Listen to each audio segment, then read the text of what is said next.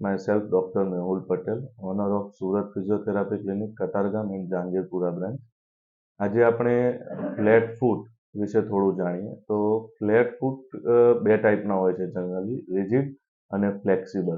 તો એના વિશે ફ્લેટ ફૂટ કેવી રીતે થાય છે, એની ફિઝિયોથેરાપી પોઈન્ટ ઓફ વ્યૂથી શું શું ટ્રીટમેન્ટ થઈ શકે, અને બીજા એના પ્રોબ્લેમ સોલ્વ કરવાના બીજા શું રસ્તાઓ છે, લાઇફસ્ટાઇલ મોડિફિકેશનમાં તમે શું કરી શકો, એના વિશે ડિટેલમાં ડૉક્ટર માનસી જાની તમને એક્સપ્લેન કરશે.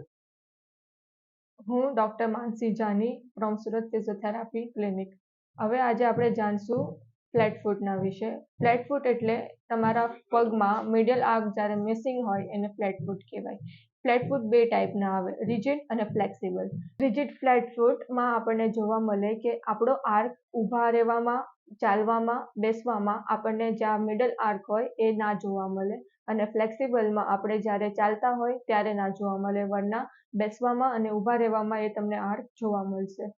એ આપણે દૂર કેવી રીતે કરશું?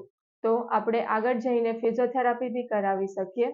આ વસ્તુ એના લીધે થાય, આપણે જે હેરિડિટરી થાય, હેરિડિટરીના લીધે તમે જેવી રીતે તમને થયું છે તો તમારા બચ્ચાને બી થઈ શકે છે, અને આગળ જઈને તમે ઊભો રહેવાનું કે પછી ચાલવાનું વધારે હોય તો એના લીધે બી ફ્લેટ ફૂટ થઈ શકે છે. 15 વર્ષના બાળક સુધી આપણે આ વસ્તુ ફ્લેટ ફૂટ કરેક્ટ કરી શકીએ છીએ, લાઇક શૂ મોડિફિકેશન અને ફિઝિયોથેરાપી. બટ આફ્ટર એડલ્ટમાં આપણે ફિઝિયોથેરાપી એક્સરસાઇઝથી રાહત મેળવી શકીએ છીએ.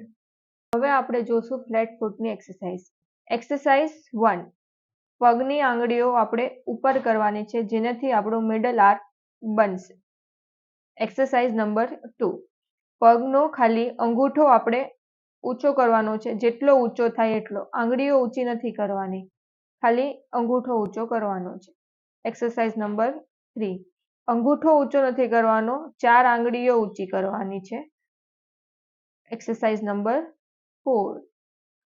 હવે એક્સરસાઇઝ નંબર 5, આપણે બધી આંગળી ઊંચું કરી અને આપણે એક આર્ક બનાવવાનો છે. નંબર 6, આપણે બધી પગની આંગળીઓ ખેંચવાની છે, જેનાથી એ આર્ક ફોર્મ થશે. નંબર 7, અંગૂઠાને બહારની તરફ ધક્કો મારવાનો છે, આંગળીઓ નથી હલાવવાની. નંબર 8, આપણે પગના નીચે એક રૂમાલ મૂકવાનો છે, પછી રૂમાલને આપણી તરફ ખેંચવાનો છે.